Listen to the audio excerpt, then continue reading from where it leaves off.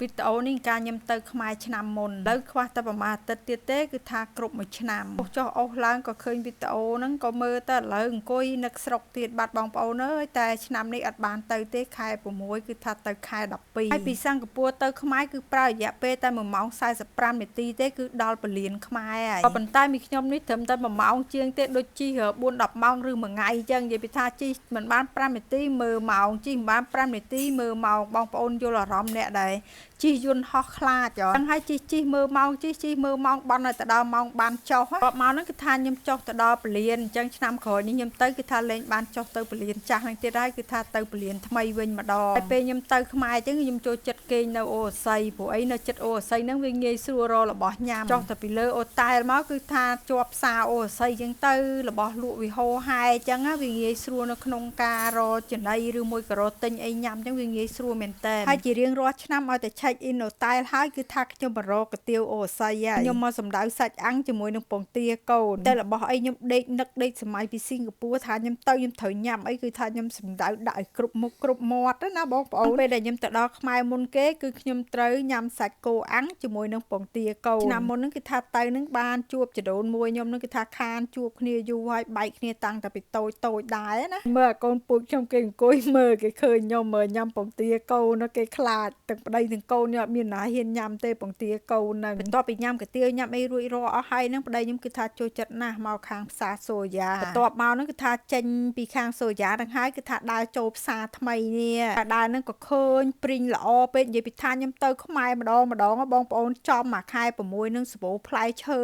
គឺថាខ្ញុំដើរផ្សារខ្ញុំខ្វាកគ្រប់មុខពីថាយូរអានេះអាណោបន្តិចមួយមុខបន្តិចតាមតែចិត្តឃ្លានណាវីដេអូអស់នេះគុំតែប្តីខ្ញុំថតទេបើប្តីខ្ញុំមិនថតងាយមានទេខ្ញុំកម្រណារឿងដើរថតតាមចំណោមប្រជុំជនចេះគឺខ្ញុំខ្លាចហ្មងហើយណែមានចង្រិតមានអីហ្នឹងនិយាយថាអូយធំល្អសុកយើងគឺថាអូយសបោណារឿងមហូបរឿងចំណីចំណុកនេះឲ្យតែមានលុយញ៉ាំលោកអើយក្តាមប្រៃគេនេះបងប្អូនអើយតំណងដល់ហើយវីដេអូនេះមានវីដេអូនេះដោយសារតែប្តីខ្ញុំទេបន្ទាប់មកហ្នឹងគឺថាពួកយើងនាំគ្នាទៅមាត់ទន្លេនេះគឺគេមានតែថ្ងៃសៅរ៍ថ្ងៃអាទិត្យទេគេមានលក់អីអញ្ចឹងណាហើយពួកខ្ញុំអត់ដឹងហ៎ចេះទៅចំថ្ងៃដែលពួកខ្ញុំទៅចំថ្ងៃសៅរ៍អាទិត្យហើយស្រាប់តែថ្ងៃខ្ញុំត្រឡប់មកវិញគៀកឡើងមកវិញនាំម៉ែនាំអីទៅលេងមានអីនៅអត់ចំថ្ងៃសៅរ៍អាទិត្យគេអត់មានអ្នកលក់មានអីបងប្អូនទៅពេលនៅតាមមាត់ទន្លេអញ្ចឹងគេធ្វើលក់អញ្ចឹងមើលទៅតំណងខ្លាំងមែនតើឃើញតៅហ៊ូស្អុយមានតពាំងមានអីគេអានេះរបៀបមហូបកូរ៉េគេណាឃើញតំណងក៏ប៉ុន្តែបងប្អូនអើយពោះដាក់លេងចូលវាដាក់លេងអស់និយាយពីថាខ្វាកឃើញហើយចង់តែដាក់ឲ្យគ្រប់មុខចង់តែសាកឲ្យគ្រប់មុខទេប៉ុន្តែនឹងចំណីវាដល់ចុងទៅហើមហើយវាលេបលេងរួចបន្ទាប់មកហ្នឹងដល់ថ្ងៃបន្ទាប់អានេះគឺថាបើកភ្នែកព្រឹកឡើងនាំគ្នាញ៉ាំអាហារពេលព្រឹកនៅអូតែលហ្នឹងមុនចេញដំណើរទៅខាងកំពង់សោមហើយបន្ទាប់មកពីញ៉ាំរួចរាល់អស់ហើយហ្នឹងនេះម្ដាយខ្ញុំបងខ្ញុំអីណាក្មួយអីមកហ្នឹងគឺថាមកដើម្បីជិះឡានជុំគ្នាទៅកំពង់សោមទៅលេងប្អូនខ្ញុំវាច្រើនពេកវាដើរបង្រាយតាមខេត្តតាមស្រុកចឹងហើយពេលខ្ញុំទៅខ្មែរម្ដងគឺថាខ្ញុំដើរច្រើនខែពីកំពេញទៅកំពង់សោម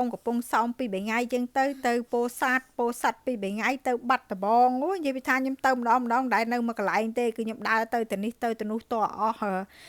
ថ្លៃជីយន្តហោះអត់មានទៅអីនៅមួយកន្លែងទេគឺថាដើរហ្មងដើរឡើងអា2នាក់នេះមុខស្អុយប៉ែអីកូនខ្ញុំខ្ជិលជិះឡានហើយណែអូយនិយាយពីថាទៅមន់ស្រែហើយនឹងគ្រឿងសមុទ្រធម្មជាតិទៀតគ្រឿងសមុទ្រហ្នឹងគឺថាបងខ្ញុំហ្នឹងចុះទូកដោយផ្ទាល់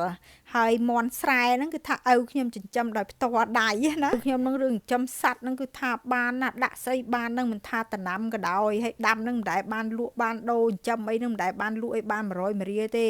គឺថាលក់ហ្នឹងសម្រាប់ទុកឲ្យតកូនចៅញ៉ាំហ្នឹងឯងអ្នកលក់តរ៉េនក៏តរ៉េននេះក៏តរ៉េនខ្មែរដែរតរ៉េនកពតអូយឆ្នាំនេះអត់បានទៅបងប្អូនអើយអស់ខែតរ៉េនបាត់ហើយទៅខែ12គ្មានតរ៉េនគ្មានអីញ៉ាំទៀតទេកាលទៅខែ6ហ្នឹងគឺថាសបោមែនតែនមានតាំងពីតរ៉េនមានតាំងតែពីព្រីង